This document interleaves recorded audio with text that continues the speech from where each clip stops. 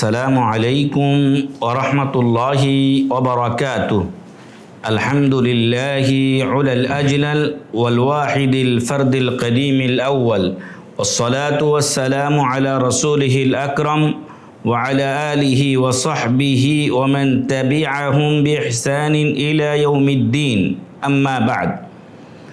সম্মানিত দর্শক শ্রোতা, আপনারা দেখছেন ইহয়া উস-সুন্নাহ অনলাইন টেলিভিশন।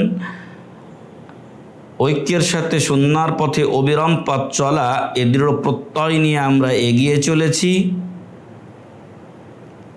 আপনাদের সাথে রয়েছি আমি মুখলিসুর রহমান মানসুর মাদানী। সম্মানিত দর্শক শ্রোতা, আমরা ধারাবাহিকভাবে আপনাদের সামনে আল উসুলুস সালাসা, তিনটি মূলনীতি সম্পর্কে আমরা আলোচনা করে আসছি, যার লেখক হলেন শেখ মোহাম্মদ বিন আব্দুল ওয়াহাব রাহিমাহুল্লাহ। ইতিপূর্বে আমরা ইসলামের দুটি মূলনীতি সম্পর্কে আপনাদের সামনে আলোচনা পেশ করেছি, আর সেটা হলো আল্লাহ সম্পর্কে জ্ঞান অর্জন, এবং দ্বিতীয়টি ছিল দিন সম্পর্কে জ্ঞান অর্জন করা, জানা, মানা ইত্যাদি। আজকে আমরা আপনাদের সামনে তিনটি মূলনীতির তৃতীয়টি উপস্থাপন করব ইনশাআল্লাহ, আর সেটি হচ্ছে আল আসলুস সালিস মারিফাতু নবিয়িকুম মুহাম্মদ সাল্লাল্লাহু আলাইহি ওয়াসাল্লাম। আমাদের নবী মুহাম্মদ সাল্লাল্লাহু আলাইহি ওয়াসাল্লাম সম্পর্কে জ্ঞান অর্জন করা। আর তিনি হলেন হুয়া মুহাম্মদ বিন আবদুল্লাহ বিন আব্দুল মুত্তালিব বিন হাশিম বিন ওয়াহাশিম বিন কুরাইশ। আমাদের প্রিয় নবীর নাম হলো মুহাম্মদ সাল্লাল্লাহু আলাইহি ওয়াসাল্লাম। তার পিতা আবদুল্লাহ, তার দাদা আব্দুল মুত্তালিব, এবং তার প্রপিতা বা বাবার দাদা ছিলেন হাশিম। আর এতে কোনো সন্দেহ নেই যে হাশিম কুরাইশ সম্প্রদায়ের অন্তর্ভুক্ত ছিলেন। ওয়া কুরাইশুম মিনাল আরব, আর কুরাইশ গোত্র, মক্কার কুরাইশ গোত্র, তারা আরবের বংশোদ্ভূত ছিলেন। ওয়াল আরবু মিন যুররিয়াতি ইসমাইল বিন ইব্রাহিম আল খলিল আলাইহিস সালাম। আর আরবরা তারা ইসমাইল বিন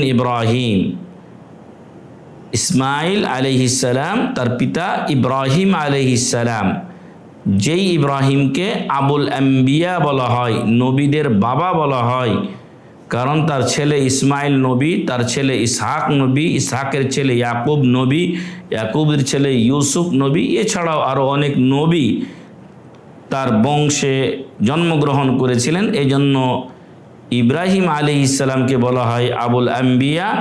আর আরবগণ ইসমাইল আলাইহিস সালামের বংশধর, আর ইসমাইলের পিতা হলেন ইব্রাহিম খলিল আলাইহি ওয়া আলা নবিয়িনা আফজালুস সালাতি ওয়াস সালাম।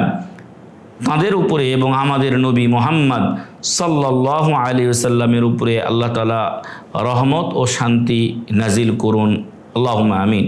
সম্মানিত দর্শক শ্রোতা, তাহলে এর মাধ্যমে আমরা আমাদের নবীর নাম জানতে পারলাম, মুহাম্মদ বিন আবদুল্লাহ বিন আব্দুল মুত্তালিব ইবনে হাশিম আল কুরাইশি, ওয়াহুয়া মিনাল ওয়াল কুরাইশু মিনাল আরব ওয়াল আরবু মিন যুররিয়াতি ইসমাইল বিন ইব্রাহিম খলিল আলাইহিমাস সালাতু ওয়াস সালাম। তো ইনি হলেন আমাদের নবী, যার পিতা আব্দুল্লাহ, যার দাদা আব্দুল মুত্তালিব, যার চাচার নাম ছিল আবু তালিব, যার মা হলেন আমেনা। কুরাইশ বংশে তিনি জন্মগ্রহণ করেছিলেন এবং হাশিমি সম্প্রদায়ে তিনি অন্তর্ভুক্ত ছিলেন। ওয়ালাহু মিনাল উমরি সালাসুন ওয়া সিত্তুনা সানাতান। আল্লাহর নবী সাল্লাল্লাহু আলাইহি ওয়াসাল্লাম তিনি 63 বছর বেঁচে ছিলেন। মিনহা আরবাউনা ক্বাবলান নুবুওয়াহ, আর এই 63 বছরের মধ্যে 40 বছর তিনি নবুয়ত প্রাপ্তির পূর্বে অতিবাহিত করেছেন। অর্থাৎ তিনি নবুয়ত লাভ করেছিলেন 40 বছর বয়সে। নবুয়তের পূর্বে তিনি 40 বছর বয়স পেয়েছিলেন। ওয়া সালাসুন ওয়া ইশরুনা নাবিয়্যান ওয়া রাসূলা, আর 23টি বছর তিনি নবী ও রাসূল হিসেবে অতিবাহিত করেছেন এই পৃথিবীর বুকে। নুব্বিয়া বি ইকরা, সূরাতুল আলাকের প্রথম 5টি আয়াত, তার উপরে সর্বপ্রথম নাজিল হয়েছিল হেরা গুহাতে, জাবালে নূরের হেরা গুহাতে তার উপরে প্রথম এই ওহী নাজিল হয়। ইকরা বিসমি রাব্বিকাল্লাযী খালাক, খালাকাল ইনসানা মিন আলাক, ইকরা ওয়া রাব্বুকাল আকরাম আল্লাযী আল্লামা বিল কলম আল্লামাল ইনসানা মা লাম ইয়ালাম। তোমার সেই প্রভুর নামে পড়ো যিনি তোমাকে সৃষ্টি করেছেন। খালাকাল ইনসানা মিন আলাক, মানুষকে সৃষ্টি করেছেন জমাট রক্ত থেকে। ইকরা ওয়া রাব্বুকাল আকরাম, আপনি পড়ুন, আপনার রব হলেন মহাসম্মানিত। আল্লাযী আল্লামা বিল কলম, যিনি মানুষকে শিক্ষা দিয়েছেন কলমের মাধ্যমে। আল্লামাল ইনসানা মা লাম ইয়ালাম, আর মানুষকে এমন কিছু তিনি শিক্ষা দিয়েছেন যা সে জানত না। সম্মানিত দর্শক শ্রোতা, আমাদের সমাজে বলা হয় যে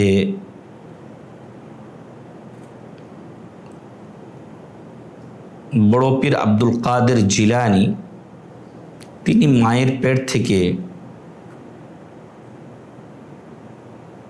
18 পারা কোরআন মুখস্থ করে এসেছিলেন। কেন বা কীভাবে? কারণ তার মায়ের 18 পারা কোরআন মুখস্থ ছিল, এজন্য তিনি যখন পেটে ছিলেন তখন থেকেই তার 18 পারা কোরআন মুখস্থ হয়ে যায়। নাউজুবিল্লাহ মিন যালিক। এটা কোনো ফজিলত নয়, এটা হলো একটা ডাহা মিথ্যা কথা। এ কথা একেবারেই সত্যবিরোধী এবং মিথ্যা, কোরআন বিরোধী এ কথা। একটু আগেই আল্লাহ তাআলা বললেন আল্লামাল ইনসান মা লাম ইয়ালাম, আল্লাহ মানুষকে শিক্ষা দিয়েছেন যা সে জানতো না। যখন কোনো সন্তান মায়ের পেটে থাকে তখন সে কিছুই জানে না, চেনে না তার মা বাবা। বড় হয়ে এগুলো চেনে, আল্লাহ তাকে জ্ঞান দেন। আল্লাহ তাআলা কোরআনে বলেছেন ওয়াকাদ আখরাজাকুম মিন বুতুনি উম্মাহাতিকুম লা তা'লামুনা শাইআ, মহান রব্বুল আলামিন তোমাদেরকে তোমাদের মায়ের পেট থেকে বের করেছেন এমন অবস্থায় যখন তোমরা কিছুই জানতে না। তাহলে আব্দুল কাদের জিলানী সাহেব কি করে 18 পারা কোরআন মুখস্থ করে আসলেন? তাহলে এখন হাফেজা মেয়েদের পেট থেকে বাচ্চা হলে তারা কি কোরআনের হাফেজ হয়েই বের হবে? যেহেতু বাস্তবতা এর পরিপন্থী, সেহেতু তাদের কথা মিথ্যা, কোরআন সত্য। তাহলে আল্লাহর নবী মুহাম্মদ বিন আবদুল্লাহ বিন আব্দুল মুত্তালিব বিন হাশিম, মা আমিনা, আর চাচা ছিলেন আবু তালেব, যার বিশেষ অবদান ছিল প্রিয় নবী মুহাম্মদ সাল্লাল্লাহু আলাইহি সাল্লামের জীবনীতে। তিনি 63 বছর বেঁচে ছিলেন এবং 40 বছর নবুয়তের পূর্বে আর 23 বছর নবী এবং রাসূল হিসেবে তিনি এই পৃথিবীতে মোট 63 বছর জীবন অতিবাহিত করে গেছেন সাল্লাল্লাহু আলাইহি ওয়াসাল্লাম। ওয়া উরসিলা নুব্বিয়া বিইকরা ওয়া উরসিলা বিল মুদ্দাসসির। তো হীরা গুহায় সূরাতুল আলাকের যে 5টি আয়াতের এতক্ষণ তরজমা অনুবাদ করলাম, এই 5টি আয়াত দিয়ে আল্লাহ তাকে নবী বানান। তার কাছে ওহী আসলো, তিনি নবুয়ত প্রাপ্ত হলেন। কিন্তু এই নবুয়তকে মানুষের কাছে পৌঁছানোর জন্য আল্লাহ তাআলা তাকে এই সূরাতুল আলাকের প্রথম 5 আয়াতে বলেননি। এরপরে তাকে স্বীয় স্ত্রী খাদিজাতুল কুবরা রাদিয়াল্লাহু আনহা ওয়ারাকা বিন নওফালের কাছে নিয়ে গেলেন। ওয়ারাকা বিন নওফাল তাকে সুসংবাদ দিলেন যে তুমি হলে শেষ নবী এবং এ হলো সেই ফেরেশতা যিনি মুসা আলাইহিস সালামের কাছে আগমন করেছিলেন, এবং একদিন তোমার উম্মত তোমাকে তোমার মাতৃভূমি থেকে বের করে দেবে। আমার যদি শক্তি ও সামর্থ্য থাকে তাহলে আমি সেই দিন অবশ্যই তোমাকে অনেক মজবুত বা শক্তিশালীভাবে সহযোগিতা করব। এর মাধ্যমে তিনি নবুয়ত পেলেন, কিন্তু তারপরে ভয় পেয়ে গেলেন। তিনি বাসায় গিয়ে বললেন, জাম্মিলুনি, আমাকে চাদর আবৃত করো, ঢাকো আমাকে, আমি ভয় পেয়ে গেছি। পরবর্তীতে মহান রব্বুল আলামিন দীর্ঘদিন পরে আয়াত নাজিল করলেন, ইয়া আইয়ুহাল মুদ্দাসসির কুম ফাআনজির রাব্বাকা ফাকাব্বির ওয়া সিয়াবাকা ফাতাহির। ইয়া আইয়ুহাল মুদ্দাসসির, হে চাদর আবৃতকারী, কুম ফাআনজির, তুমি দাঁড়াও এবং মানুষকে ভীতি প্রদর্শন করো। এই যে কুম ফাআনজির, জাতিকে সতর্ক করার জন্য আল্লাহ তাকে যে নির্দেশ দিলেন, এর মাধ্যমে তাকে রাসূল হিসেবে আল্লাহ তাআলা প্রেরণ করলেন এবং চয়ন করলেন ও জানিয়ে দিলেন বিশ্বকে যে তিনি হলেন আল্লাহর রাসূল। তো যদি আপনি আকিদা বিষয়ে জিজ্ঞাসিত হন, বিমাযা নুব্বিআ মুহাম্মদ সাল্লাল্লাহু আলাইহি ওয়াসাল্লাম, মুহাম্মদ সাল্লাল্লাহু আলাইহি ওয়াসাল্লাম কোন আয়াতের মাধ্যমে নবুয়ত লাভ করেছিলেন, তাহলে বলুন ইকরা বিসমি রাব্বিকাল্লাযী খালাক, খালাকাল ইনসানা মিন আলাক। আর যদি আপনি জিজ্ঞাসিত হন বিমাযা উরসিলা মুহাম্মদ সাল্লাল্লাহু আলাইহি ওয়াসাল্লাম, মুহাম্মদ সাল্লাল্লাহু আলাইহি ওয়াসাল্লাম কোন আয়াতের মাধ্যমে তিনি রাসূল হিসেবে প্রেরিত হন, তাহলে বলুন ইয়া আইয়ুহাল মুদ্দাসসির কুম ফাআনজির, এই আয়াত দ্বয়ের মাধ্যমে আল্লাহ তাকে রাসূল করে প্রেরণ করলেন। ওয়া বালাদুহু মক্কা, আর আল্লাহর নবী সাল্লাল্লাহু আলাইহি ওয়াসাল্লামের নিজের মাতৃভূমি হলো, জন্মস্থান হলো মক্কা। ওয়া হাজারা ইলাল মদিনা, এবং তিনি মদিনায় হিজরত করেন। জন্মস্থান মক্কা, হিজরত করলেন মদিনায়। বাআসাহুল্লাহু বিন-নাযারাতি আনিশ শিরকি ওয়া ইয়াদউ ইলা তাওহীদ, আল্লাহ তাআলা তাকে প্রেরণ করেছিলেন শিরিক থেকে মানুষকে সতর্ক করার জন্য এবং তাওহীদের পথে মানুষকে আহ্বানের জন্য। আর এর দলিলে শেখ মোহাম্মদ বিন আব্দুল ওয়াহাব রাহিমাহুল্লাহ বলছেন যে ইয়া আইয়ুহাল মুদ্দাসসির,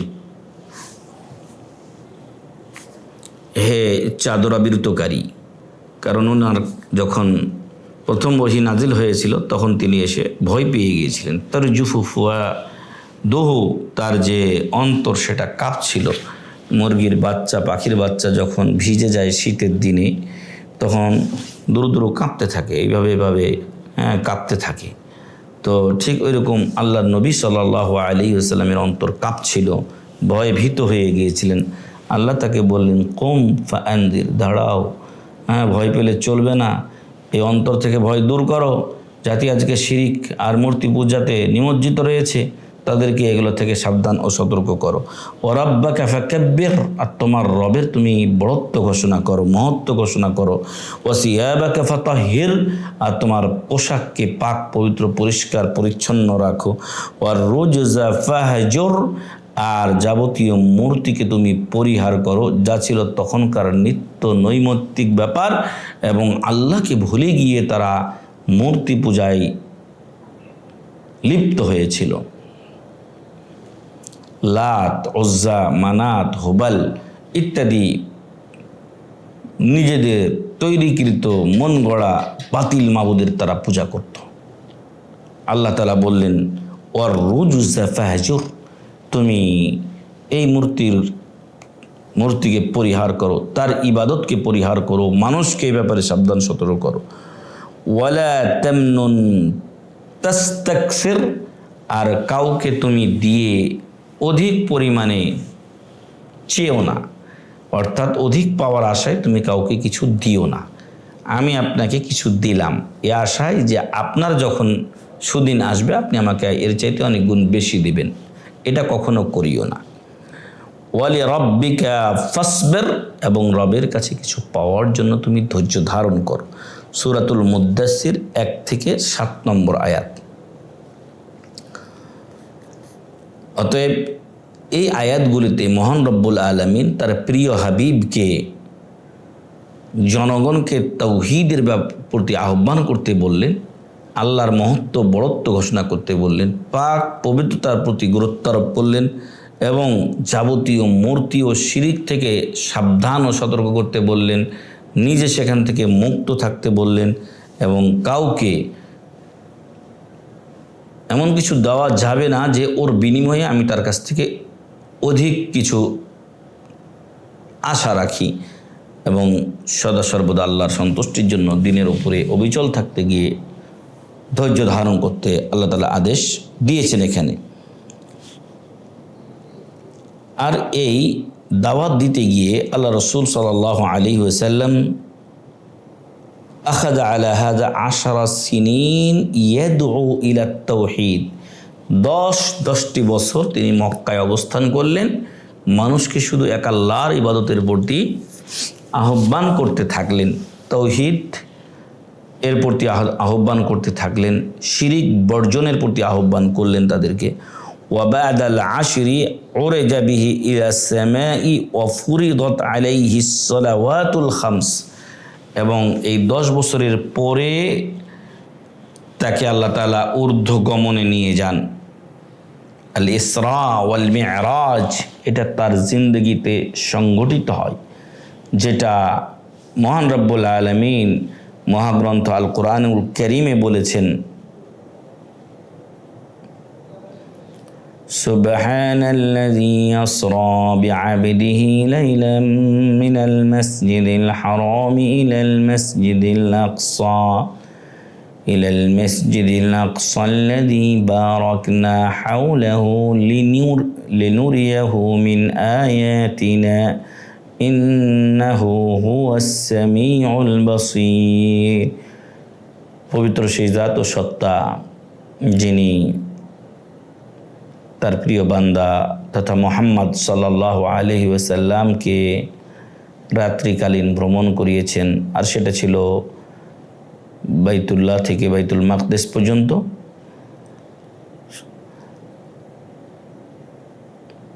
আসরা বিআবদিহি লাইলাম মিনাল মাসজিদিল হারাম ইলাল মাসজিদিল আকসা আল্লাযী বারাকনা হাওলাহ, যার আশেপাশে, যে মসজিদে আকসার আশেপাশে মহান রব্বুল আলামিন অনেক বরকত দিয়েছেন। মহান রব্বুল আলামিন এর রাসূল মুহাম্মদ সাল্লাল্লাহু আলাইহি ওয়াসাল্লামের মেরাজ হলো 10 বছরের পরে। তবে এর সঠিক মতে আল্লামা শেখ নাসিরউদ্দিন আলবানী রাহিমাহুল্লাহ বলছেন, বা সফিউর রহমান মুবারকপুরি রাহিমাহুল্লাহ বলেছেন তার আর রাহিকুল মাকতুম গ্রন্থে, যে রাসূল সাল্লাল্লাহু আলাইহি ওয়াসাল্লামের মেরাজ নবুয়তের 10ম সালে হয়নি, বরং 1 থেকে 1.5 বছর, হিজরতের 1 থেকে 1.5 বছর পূর্বে হয়েছিল। তবে এটা সত্য যে মেরাজেই তাকে 5 ওয়াক্ত সালাত দেওয়া হয়েছিল তার উম্মতের জন্য। সর্বাবস্থায় আল্লাহ রসুল সাল্লাল্লাহু আলাইহি ওয়াসাল্লাম মক্কায় বেশি অধিকাংশ সময়টুকু তিনি তাওহীদের পথে মানুষকে আহ্বান করেন, শিরিক পরিহারের প্রতি আহ্বান করেন। আর মক্কায় তিনি যদি 10ম সালে ধরা হয় তাহলে 3টি বছর তিনি মক্কায় নামাজ পড়েছিলেন, যেটা আমরা বলেছি যে রেওয়ায়েত ও বর্ণনাগত দিক থেকে এটা সঠিক নয়, বরং তার মেরাজ বা ইসরা ওয়াল মি'রাজ এটা সংঘটিত হয়েছিল রাসূল সাল্লাল্লাহু আলাইহি ওয়াসাল্লামের হিজরতের কিছুদিন পূর্বে। আর এটার একটা অকাট্য দলিল হলো যে উম্মুল মুমিনিন খাদিজা রাদিয়াল্লাহু আনহা নবুয়তের 10ম সালের রমজান মাসে তিনি মারা যান, কিন্তু তখনও সালাত ফরজ হয়নি। তাহলে উনি নামাজ পাননি, নামাজ তখনও ফরজ হয়নি। এতে বোঝা গেল নবুয়তের 10ম সালে মেরাজ হয়নি, বরং পরবর্তীতে হয়েছে। আর আল্লাহ রসুল সাল্লাল্লাহু আলাইহি ওয়াসাল্লামকে এরপরে আল্লাহ তাআলা মদিনায় হিজরতের জন্য আদেশ করেন। মোট তিনি মক্কাতে 13টি বছর অতিবাহিত করেন। মাক্কি জিন্দেগি ছিল 13 বছরের, যেখানে তিনি কাফেরদের অসংখ্য অত্যাচার নির্যাতনের শিকার হয়েছিলেন। একসময় মক্কার লোকদের থেকে তিনি নিরাশ হয়ে তায়েফে গিয়েছিলেন, কিন্তু তায়েফের লোকেরাও তাকে চিনতে পারেনি এবং তাকে পাথর ও ঢিল ছুঁড়ে রক্তাক্ত করে দিয়েছিল এবং তার সমস্ত শরীর রক্তে রঞ্জিত হয়ে যায়, তার পা জুতায় আটকে যায়। এরপরও মালাকুল জিবাল যখন তাকে বললেন, আপনি অনুমতি দিলে আমি মক্কাবাসী তাইববাসীকে পাহাড়ের মাঝে রেখে তুই পাহাড়কে পিষে তাদেরকে মেরে ফেলে দেওয়ার জন্য আল্লাহ আদেশ দিয়েছেন, কিন্তু আল্লাহ তাআলা তাকে বিশ্ববাসীর জন্য রহমত স্বরূপ প্রেরণ করেছিলেন। তাই তিনি বললেন যে না, এটা করিও না তোমরা, বরং লাআল্লাল্লাহ আন ইউখরিজা মিন আসলাবিহিম মান ইয়াবুদুল্লাহ ওয়া লা ইউশরিকু বিহি শাইআ। হতে পারে আল্লাহ এদের ওরস থেকে এমন কাউকে সৃষ্টি করবেন যারা আল্লাহকে চিনবে এবং আল্লাহর ইবাদত করবে। বাস্তবে তাই ঘটেছিল। আল্লাহ রাসূল সাল্লাল্লাহু আলাইহি ওয়াসাল্লাম তাইফের ময়দানে রক্তাক্ত হয়েও জাতিকে, উম্মাকে ধ্বংস করে দেওয়ার অনুমতি দেন নাই। এছাড়াও তিনি মক্কাতে নামাজ পড়া অবস্থায় তার মাথায় ভুঁড়ি চাপিয়ে দেওয়া হয়েছিল, উটের পরিত্যক্ত ভুঁড়ি, তাতেও তিনি তাদের জন্য বদদোয়া করেননি বা মক্কা বিজয়ের পরে সেগুলোর প্রতিশোধ গ্রহণ করেননি। আবু লাহাবের স্ত্রী উম্মে জামিল, সে রাসূল সাল্লাল্লাহু আলাইহি ওয়াসাল্লামের রাস্তায় কাঁটা বিছিয়ে রাখত যাতে রাসূলের কষ্ট হয়। এক্ষেত্রেও রাসূল সাল্লাল্লাহু আলাইহি ওয়াসাল্লাম প্রতিশোধ নেননি। তো সম্মানিত দর্শক শ্রোতা, আল্লাহ রাসূল সাল্লাল্লাহু আলাইহি ওয়াসাল্লাম অতি কষ্টে মক্কায় 13টি বছর বৃহৎ অংশ বা অধিকাংশ সময় তাওহীদের প্রতি আহ্বান করেন, শিরিক, কুসংস্কার এগুলো বর্জনের প্রতি মানুষকে উৎসাহিত করেন, এ থেকে সাবধান সতর্ক করেন এবং পরিশেষে তাকে হিজরতের অনুমতি দেওয়া হলে নবুয়তের 13 বছর পর 13 বছরের শেষে তিনি হিজরত করলেন ইলাল মদিনা আল মুনাওয়ারা। ইনশাআল্লাহ মদিনায় হিজরত ও তৎপরবর্তী কথাগুলো আমরা আগামী দার্সে আপনাদের সামনে বলবো। আল্লাহ তাআলা আমাদেরকে প্রিয় নবীর জীবনী থেকে শিক্ষা গ্রহণ করে তার সত্যিকার সুন্নাহকে আঁকড়ে ধরার, তার পথে পরিচালিত হওয়ার তৌফিক দান করুন। আল্লাহুম্মা আমিন। জাযাকুমুল্লাহু খাইরান। ওয়াসসালামু আলাইকুম ওয়া রাহমাতুল্লাহি ওয়া বারাকাতুহু।